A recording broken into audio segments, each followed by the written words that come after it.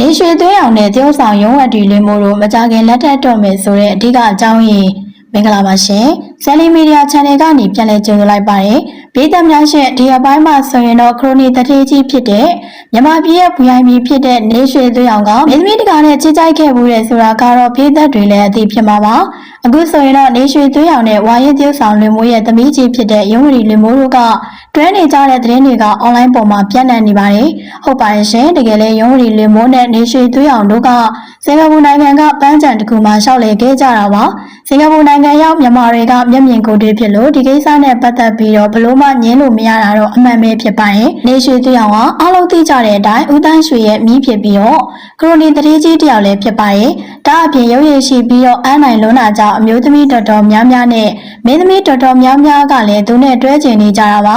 ဒီလိုပဲမင်းသမီးတော်တော်များများကတွဲခဲ့ကြဘူးတဲ့ဆိုပေမဲ့အခုလိုလက်ထပ်တော့မယ်ဆိုတဲ့သတင်းကတော့လုံးဝမထွက်လာခဲ့တာတော့အမှန်ပဲဖြစ်ပါတယ်။ဒါဆိုရင်တော့အားလုံးကဝေကြောင်းတစ်ခုရဲနဲ့တွဲခဲ့ကြပြီးတော့အပျော်တတ်တတ်လို့ယူဆနေကြပါတယ်။ပြည်သက်တွေရဲ့အာရုံစူးစိုက်ခြင်းကိုလည်းနေရွှေသေးအောင်ကရရှိခဲ့သူလည်းဖြစ်ပါတယ်။နေရွှေသေးအောင်ကတရုတ်ဆောင်ရုံးဝတီလင်မိုးရဲ့အခြေဦးဖြစ်ခဲ့ပေမဲ့ရုံးဝတီလင်မိုးကဖျက်ပစ်ခဲ့ပါတယ်။သူမကနိုင်ငံခြားမှာပညာတော်သင်သွားနေရင်းနဲ့သူမနဲ့အသက်သိမ့်မကွာတဲ့ကိုထက်ဦးလိုင်နဲ့ချစ်ကြိုက်ခဲ့ပြီးတော့လက်ထပ်ခဲ့ရပဲဖြစ်ပါတယ်။သူမတို့စုံတွဲကိုလည်းရုံးဝတီလင်မိုးကအသက်ငယ်သေးပေမဲ့တရုတ်ဆောင်လင်မိုးကကြီးကြီးပြူပြူနဲ့လက်ထပ်ခွင့်ပေးခဲ့ပြီးတော့ခန်းခန်းနာနာနဲ့မင်္ဂလာပွဲတွေကိုကျင်းပခဲ့တာပဲဖြစ်ပါတယ်။ရုံးဝတီလင်မိုးကတော့ကိုရီးယားသူလေးနဲ့ဆင်ပြီးတော့အရန်ချစ်စရာကောင်းလို့ပြည်သက်တွေကတကယ်နဲ့အားပေးခဲ့ကြပြီးတော့ခေးလို့ပဲခေါ်ကြတာဖြစ်ပါတယ်။ဒါတွေမကသေးပါဘူး။ရုံးဝတီလင်မိုးမွေးခဲ့တဲ့ကလေးကိုလည်းပြည်သက်တွေကတကယ်နဲ့ချစ်ပေးနေကြတာလည်းဖြစ်ပါတယ်။အခုဆိုရင်တော့တရုတ်ဆောင်ရုံးဝတီလင်မိုးနဲ့သူမရဲ့ခင်ပွန်းဖြစ်သူကိုတာဦးလိုင်တို့က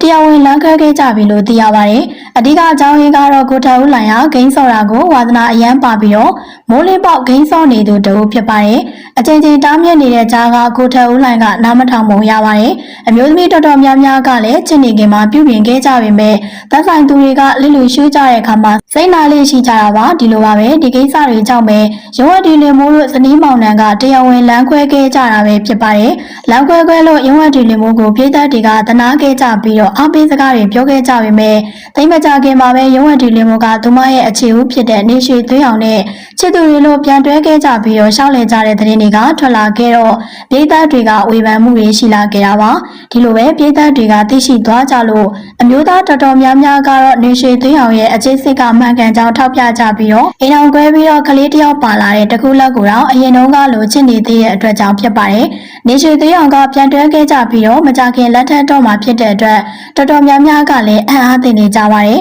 ဒီကိစ္စနဲ့ပတ်သက်ပြီးတော့တရုတ်ဆောင်ရုံးဝတီလူမျိုးကိုတော့နှမျောနေကြတဲ့သူတွေရှိပေမဲ့ဝေဖန်ရှုံးကြတဲ့သူတွေကလည်းဒူးနဲ့တေးရှိနေကြပါတယ်ဘယ်လိုပဲဖြစ်ဖြစ်နေရွှေသွေးအောင်နဲ့ရုံးဝတီလူမျိုးတို့ကတော့ပြန်တွဲကြပြီးတော့မကြခင်လက်ထပ်တော့မယ်လို့သိရတာပါဂိမ်းစော့များနေတဲ့ခင်မုန်းကိုလမ်းခွဲခဲ့လို့ပြည်သက်တွေကတော့ဂိမ်းစော့တန်တဲ့ကောင်လေးတွေနမူနာယူကြဆိုပြီးတော့ချစ်သူတွေเจ้าမှာကြရက်တစ်ခုလည်းဖြစ်နေပြီးတော့လောင်ပြောင်ကြည်စဲပြောဆိုနေကြတာတွေလည်းရှိကြပါတယ်ပြည်သက်များရှင်ရုံးဝတီလူမျိုးရဲ့အခုအခြေရေးအကြောင်းအရာကိုဘယ်လိုမြင်ပါသလဲရှင်နေရွှေသွေးအောင်နဲ့တရုတ်ဆောင်ရုံးဝတီလင်မိုးတို့လက်ထပ်တော့မယ်ဆိုတဲ့သတင်းကိုရောသဘောတူကြရဲ့လားရှင်ပြည်သက်တွေရဲ့အမြင်လေးတွေကိုလည်းရေးသားပေးခဲ့ကြပါရှင်ကျမတို့ဆယ်လီမီဒီယာ channel ကနေပြီးတော့အမှုပညာရှင်တွေနဲ့ပတ်သက်တဲ့သတင်းကြောင်းရာတွေကိုအစီအမြဲတင်ဆက်ပေးနေတာဖြစ်ပါတယ်။ online ပေါ်မှာပြန့်နှံ့မှုတွေများပြီးတော့လူများစိတ်ဝင်စားစေမယ့်အကြောင်းအရာဗီဒီယိုဖိုင်တွေကိုလည်းတင်ဆက်ပေးနေတာဖြစ်ပါတယ်။ဒါကြောင့်မို့လို့ကျမရဲ့ channel လေးကိုလည်း like နဲ့ subscribe ပြုလုပ်ပေးခဲ့ပြီးတော့ဗီဒီယိုသစ်တင်တိုင်းသိအောင်ဘေးနားက notification ခေါင်းလောင်းလေးကိုလည်းနှိပ်ထားပေးခဲ့ကြပါဦးနော်။ကိုယ်စိတ်နှပြကျန်းမာရှင်လန်းကြပါစေရှင်။